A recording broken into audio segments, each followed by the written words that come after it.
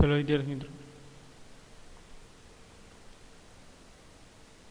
11 science में chapter number 8 gravitational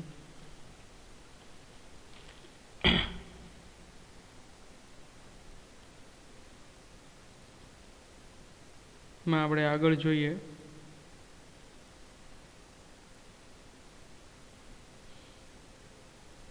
last time નિષ્ક્રમણ ઝડપ અને ઉપગ્રહના ટાઈપ્સ જે છે એ જોયા હતા આપણે ઉપગ્રહના પ્રકાર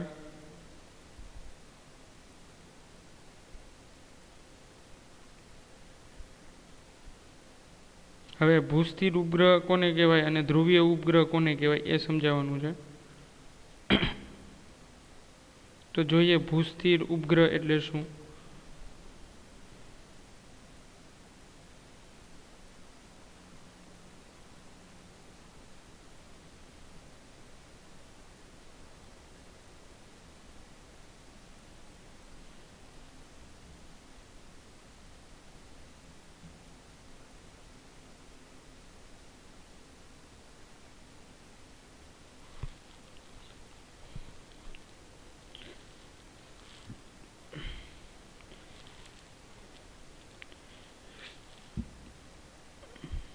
અને તે ભૂસ્થિરને પૃથ્વીની સપાટીથી ઊંચાઈ માટેનું સમીકરણ મેળવવાનું છે કે કઈ રીતે એ પૃથ્વીની સપાટીથી ઉપર ઊંચાઈ સુધી રહી શકે છે એટલે કે તે ભૂસ્થિર ઉપગ્રહને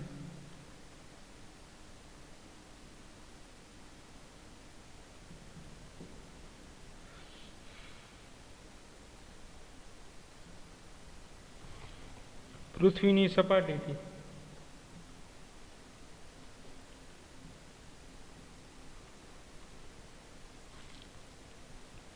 તેની ઊંચાઈનું સમીકરણ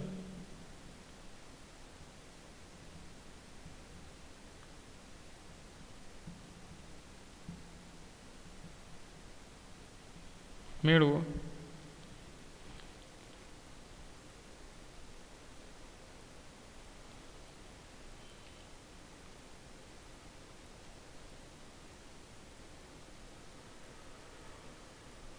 ચલો તો એનું સમીકરણ છે એ આપણે યાદ રાખવાનું છે ડાયરેક્ટ આપી દીધું છે તો ખાસ એમસીક્યુ માટે વિદ્યાર્થી મિત્રો યાદ રાખવાનું છે આપણે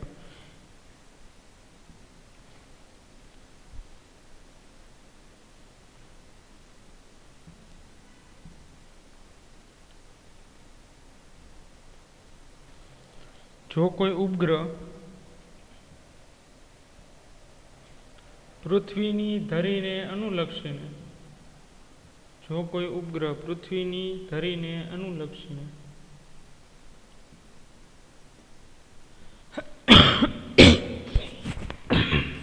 જો કોઈ ઉપગ્રહ પૃથ્વીની ધરીને અનુલક્ષીને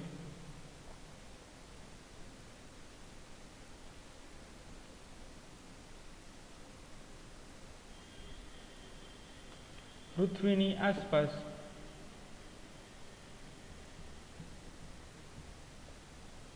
જો કોઈ ઉપગ્રહ પૃથ્વીની ધરીને અનુલક્ષીને પૃથ્વીની આસપાસ વિષુવવૃત્તીય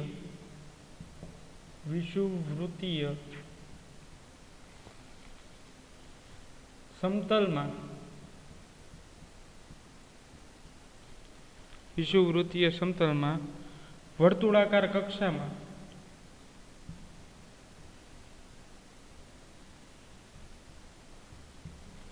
વર્તુળાકાર કક્ષામાં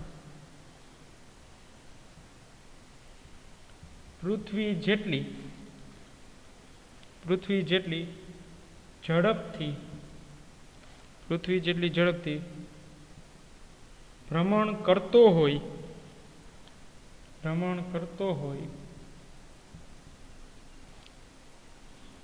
તો તેનો કક્ષીય આવર્તકાળ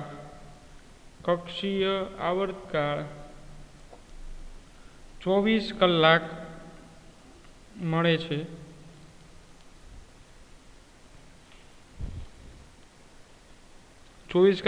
અને તે પૃથ્વીની સપાટી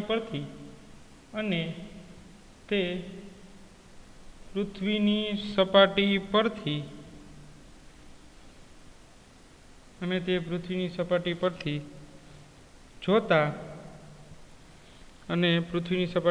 જોતા તે સ્થિર જણાય છે. આવા ઉપગ્રહને ભૂસ્થિર ઉપગ્રહ કહે છે. આવા ઉપગ્રહને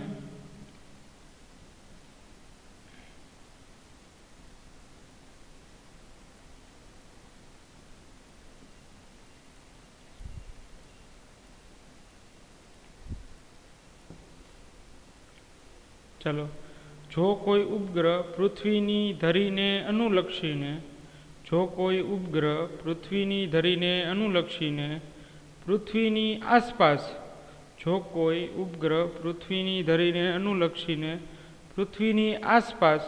વિષુવવૃત્તીય સમતલમાં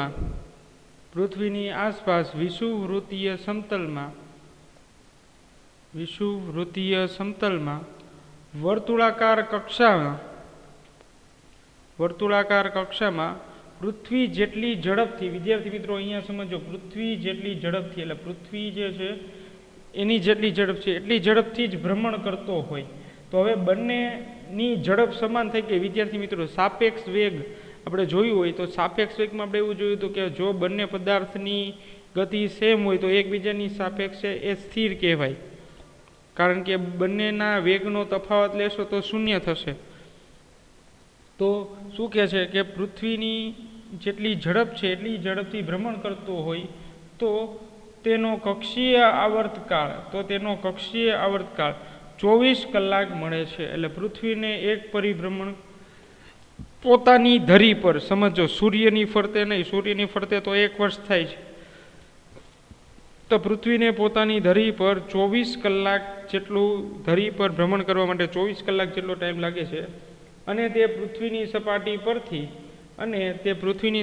પરથી જોતા તે સ્થિર જણાય છે. તો આવા ઉપગ્રહને ભૂસ્થિર ઉપગ્રહ કહે છે. ચલો સમજાય વિદ્યાર્થી મિત્રો? તો આવા ઉપગ્રહને ભૂસ્થિર ઉપગ્રહ કહે છે.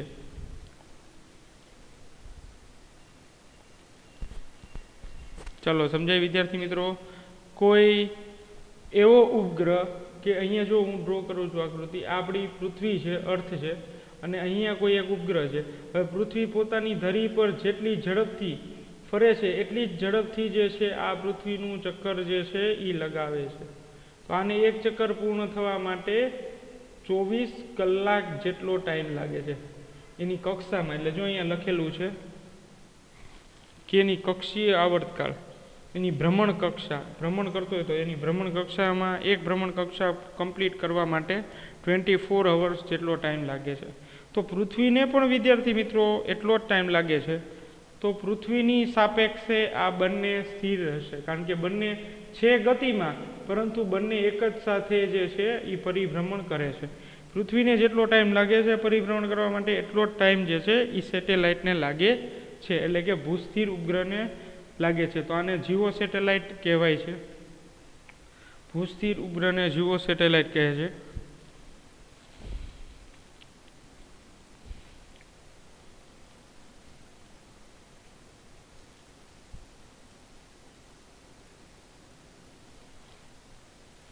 હવે આના માટે આપણે શું કરવું પડે છે વિદ્યાર્થી મિત્રો? તો કે આ માટે ઉપગ્રહને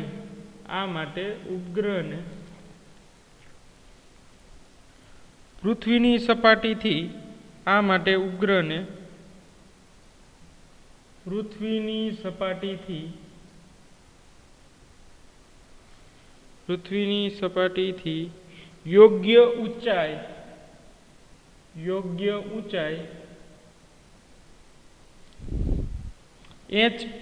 યોગ્ય ઊંચાઈ h એ ગોઠવવો પડે.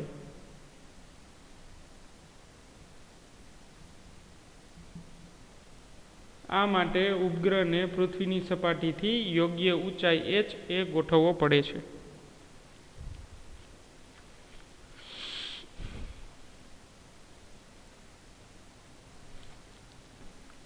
એમ દળનો ઉપગ્રહ દળનો ઉપગ્રહ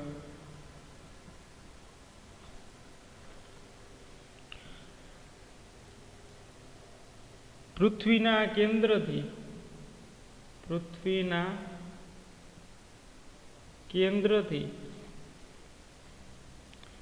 હવે પૃથ્વીનું કેન્દ્રથી હવે જો આપણે આકૃતિની મદદ પડશે, જરૂર પડશે.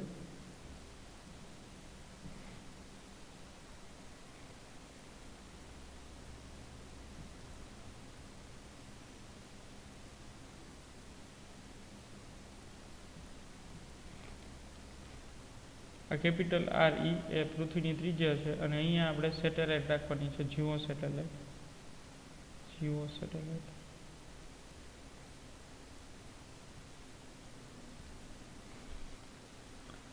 અને આ કોઈ એક પૃથ્વીની સપાટીથી યોગ્ય ઊંચાઈ થઈ ગઈ h જેટલી, અને આ ટોટલ ડિસ્ટન્સ થઈ ગયું R E plus H, small R E plus H.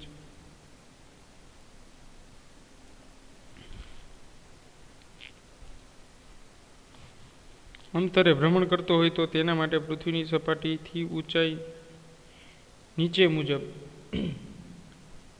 પૃથ્વીના કેન્દ્રથી આર, સ્મોલ આર બરાબર આવશે આર ઈ પ્લસ એચ. અંતરે ભ્રમણ કરતો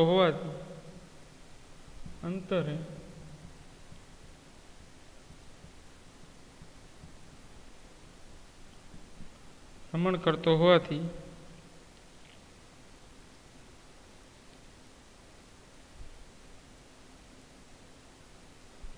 પૃથ્વીની સપાટીથી ઊંચાઈ માટે સ્મોલ એચ બરાબર કેપિટલ જી એમ ઈ ટી સ્ક્વેર ના છેદમાં 4π² 1/3 માઇનસ આર ઈ. આ એનું ફોર્મ્યુલા છે, સ્ટાન્ડર્ડ ફોર્મ્યુલા છે. આનું કોઈ ડેરિવેશન આપેલ નથી, આપણે ખાલી યાદ રાખવાનું છે. h ઇક્વલ ટુ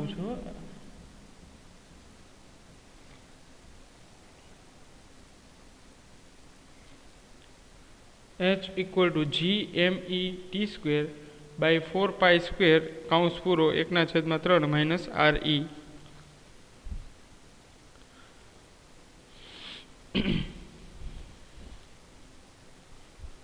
ચલો વિદ્યાર્થી મિત્રો, આ સૂત્ર યાદ રાખજો.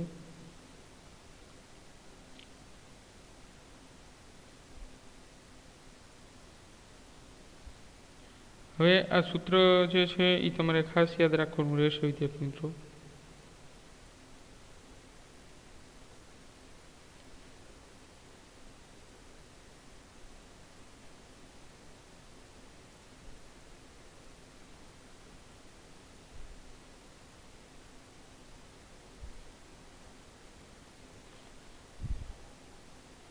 હવે જો જે ટી છે ને ત્યાં આપણે એક યાદ રાખવાનું છે, ટી બરાબર 24 કલાક લેવાના છે.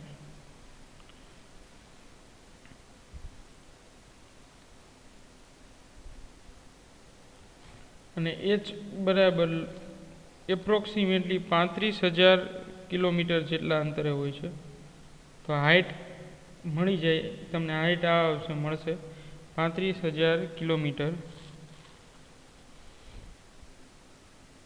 અને જી છે એ સાર્વત્રિક અચળાંક છે, ગુરુત્વાકર્ષણનો સાર્વત્રિક અચળાંક કેપિટલ જી છે. અને આર ઈ તો છે પૃથ્વીની ત્રિજ્યા.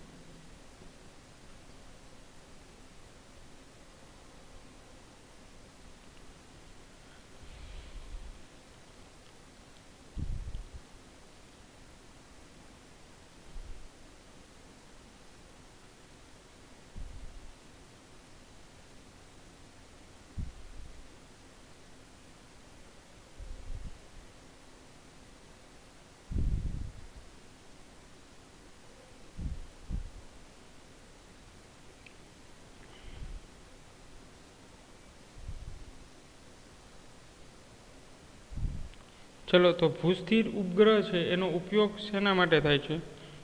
ઉપયોગ જે છે એ જોઈએ આપણે.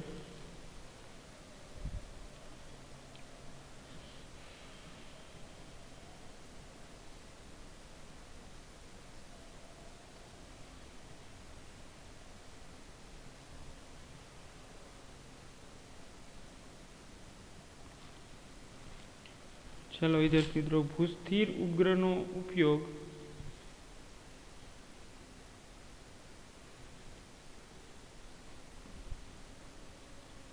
તો ભૂસ્થિર ઉપગ્રહનો મેઇન ઉપયોગ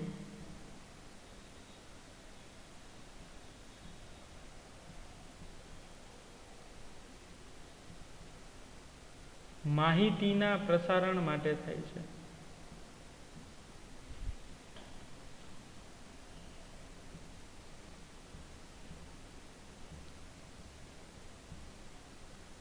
ચલો આ યાદ રાખજો વિદ્યાર્થી મિત્રો, ભૂસ્થિર ઉપગ્રહનો ઉપયોગ માહિતીના પ્રસારણ માટે થાય છે. જેમ કે ટીવી, રેડિયો, પછી મોબાઈલ ફોનનો ઉપયોગ આપણે અત્યારે કરીએ છીએ. લેટેસ્ટ ટેકનોલોજી મોબાઈલ ફોન એટલે કે સેલ ફોન. તો ટીવીની અંદર જે આપણને માહિતી મળે છે બધી સેટેલાઇટ થ્રુ મળે છે. જીઓ સેટેલાઇટ એ પૃથ્વીની બધી માહિતી જે છે એ પહોંચાડે છે. લગભગ આશરે ત્રણ સેટેલાઇટ હોય છે વિદ્યાર્થી મિત્રો. આ પૃથ્વીની ફરતે 3 સેટેલાઇટ હોય એટલે એ કવર કરી લે છે. 3 સેટેલાઇટ 60 ડિગ્રી માટે.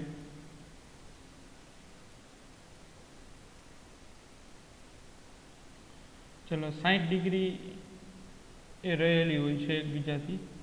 એટલે આપણી ટેક્સ્ટબુકમાં નથી આપેલું, પણ તમને એક જાણકારી માટે કે 3 સેટેલાઇટ જે છે એ 60 ડિગ્રી રહેલી હોય છે. અને આ આવી ગઈ આપણી અર્થ. એટલે આખી અર્થ જે છે એનું મીડિયા આખું કવર કરી લે છે. મીડિયા એટલે માહિતી જે આપણી ન્યૂઝ છે. સપોઝ કે તમે કોઈ ન્યૂઝ ચેનલ જુઓ છો, સપોઝ કે ઓસ્ટ્રેલિયામાં કોઈ ક્રિકેટ મેચ રમાય છે, તો ઓસ્ટ્રેલિયામાં કોઈ ક્રિકેટ મેચ રમાતી હોય તો એનું લાઈવ પ્રસારણ એ ક્રિકેટ મેચનું લાઈવ પ્રસારણ જે છે આપણે અહીંયા જોઈ શકીએ છીએ ઇન્ડિયામાં રહીને, અથવા તો અમેરિકામાં રહીને, અથવા તો જાપાન કે કોઈ પણ પ્લેસીસ પર આપણે જે છે એ આરામથી જે છે એ મેચ જોઈ શકીએ છીએ. તો એનું કારણ છે સેટેલાઇટ. સેટેલાઇટ થ્રુ જે છે એ આરામથી આપણે ક્રિકેટ મેચ જોઈ શકીએ છીએ. પણ અહીંયા ડીલે હોય છે થોડો એટલે હું તમને વાત કરું તો લગભગ ડીલે થતું હોય તો લગભગ 5 થી 6 સેકન્ડ જેટલું ડીલે થતું હોય છે. 5 to 6 સેકન્ડ આટલું ડીલે થાય છે વિદ્યાર્થી મિત્રો.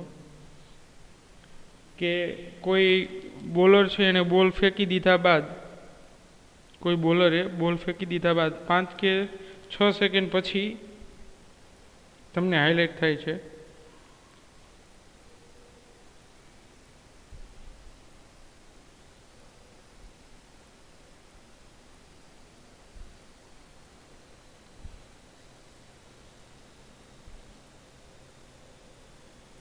ચલો સમજાય વિદ્યાર્થી મિત્રો. તો આ થઈ ભૂસ્થિર ઉપગ્રહ. પછી તમે ઘણા બધા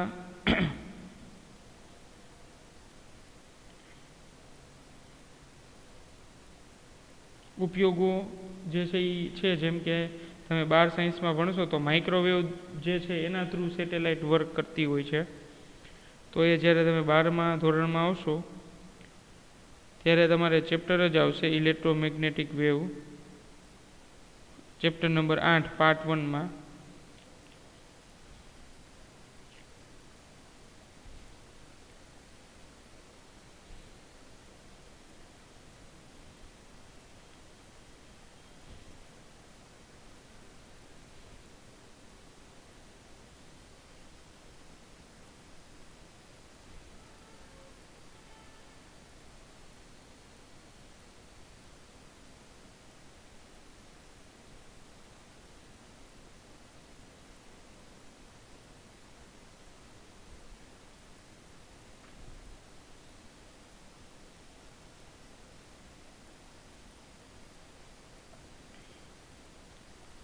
ચલો વિદ્યાર્થી મિત્રો, હવે નેક્સ્ટ લેક્ચરથી આપણે જોવાનું છે ધ્રુવીય ઉપગ્રહ.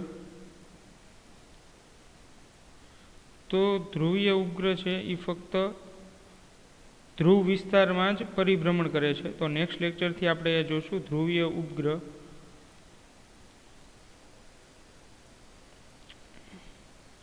તો આજના લેક્ચર માટે અહીં સુધી રાખીએ.